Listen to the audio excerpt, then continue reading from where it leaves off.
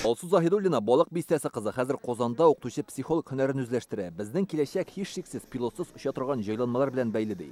Буш вакытларында коптерлар җыю белән кызыксына. Монда фестиваль буласын белгәч мастер-класска килгән. Әлеге аппаратларның төзелешен энәсеннән җибенә кадәр белә. Ул магнитны үзенә җыя, тарта һәм импульслар буенча җибәреп, ул эшләп китә. Казанда пилотсыз авиация фестивале башланды. Анда 14 яшьтән катнашырга мөмкин. Кемдер аппаратны җыеп күрсәтә, икенчеләре уста итеп идарә итә, ә кайберәүләр аны тәүге тапкыр күрә. IT-паркта ачылыш тантанасы үтте. Фестивальнең төп максаты әлеге тармакны яшьләр арасында киң җәелдерү ди оештыручылар. Сегодня это очень актуальная тема. Пилотсыз оча торган җайламалар турында сөйләшү хәзер ул бик актуаль тема. Ә инде Фәннәр академиясына килгәндә без монда зур мөмкинлекләр күрәбез. Фәнни эшләмәләр булдыруда галимнәрне җәлеп итәргә кирәк. Татарстан әлеге юнәлештә ил күләмендә алдынгы төбәкләрнең берсе. Апрель айында Сахалинда оча торган аппаратлар ясау буенча ярыш узган иде. Анда 180 катнашчы арасында Татарстан вәкилләре беренче урынны яулаган. Республикада бу юнәлешкә өметләр зур дип белгечләр. Булачак инженерларны мәктәптә үк тәрбиялиләр. Инженер кадрларны әзерләү ул бит инде 11-не бетергәннән соң гына башланмый. Ул башлана балалар бакчасында. Менә шушы ничек тә булса кызыксыну уяту ниләргә, техникага, авиа буенча, суды буенча әйтгәндә, суды модельләрен әйтәбез инде.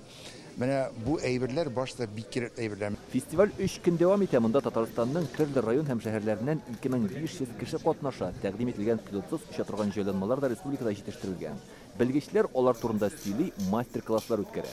Менә бу безнең төрле захватлар электромагнитный һәм механический.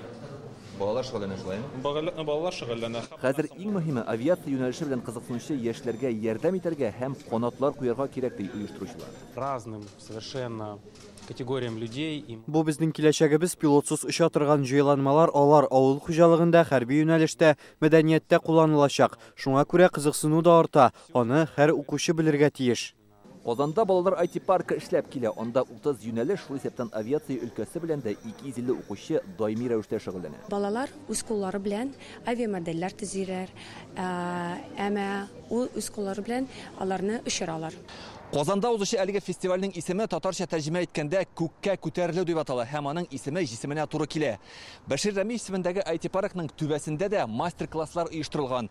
Бүген авиатармакта беренче адымнарын ясаучы яшьләр киләчәктә атаклы очучылар, инженерлар һәм галимнәр булырга мөмкин.